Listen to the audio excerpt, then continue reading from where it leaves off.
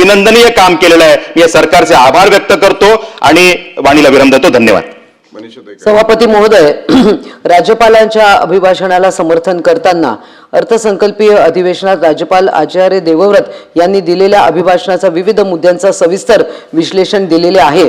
परंतु हे जे महाराष्ट्राने एक विजनच म्हटलं पाहिजे, हे या विजनचे नेतृत्व करणारे आदरणीय मुख्यमंत्री देवेंद्र फडणवीसजी, उपमुख्यमंत्री एकनाथजी शिंदे आणि दिवंगत उपमुख्यमंत्री अजितदादा यांची आठवण झाल्याशिवाय राहत नाही.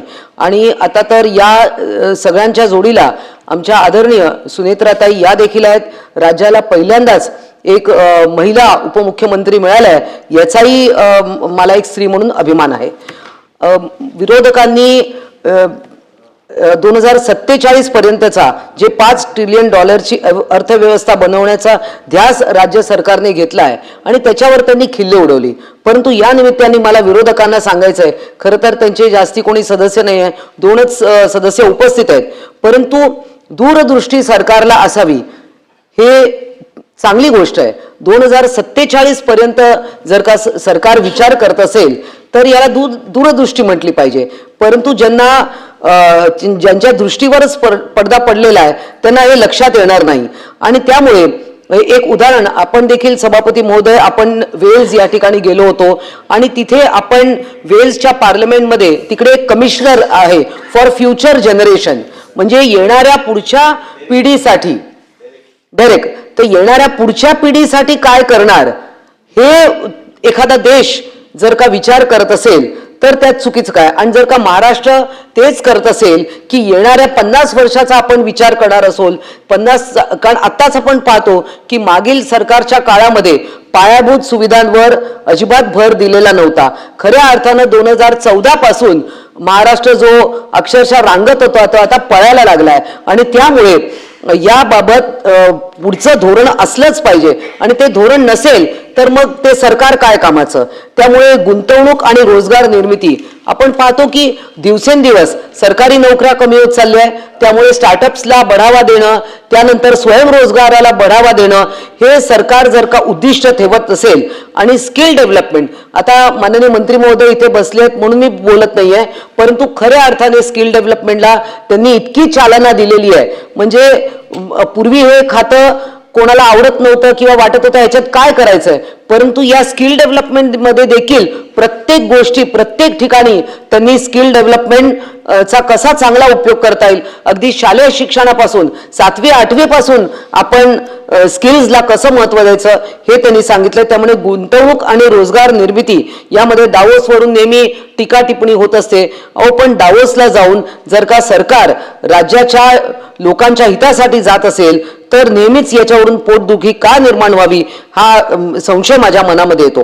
पायाभूत सुविधा आणि औद्योगिक विकास, आपण पाहतो की उद्योग हा एक महाराष्ट्राचा कणा आहे आणि उद्योग हे वाढलेच पाहिजे, कारण उद्योगामधून रोजगार निर्मिती होत असते आणि कोट्यावधीची जर का गुंतवणूक आपल्या राज्यामध्ये होणार असेल.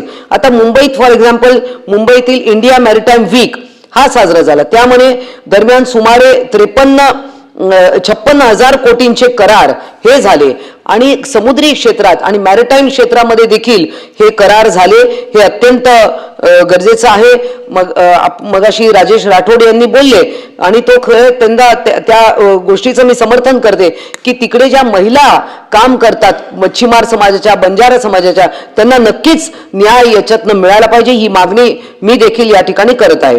शेतीसाठी धोरण, खरं तर गेल्या वर्षामध्ये 2025 4 वेळा अवकाळी पाऊस झाला आणि सतत नुकसान आणि त्यामुळे महाराष्ट्र खरं तर पुढचा प्रस्ताव त्याच्यावर आहे, त्याच्यात मी अधिक विस्तृतपणे बोलेनच. परंतु कृत्रिम बुद्धिमत्ता धोरण हे राज्याने पहिल्यांदाच शेतीच्या विषयात आणलेलं आहे, त्याविषयी आपण सविस्तर बोलूच.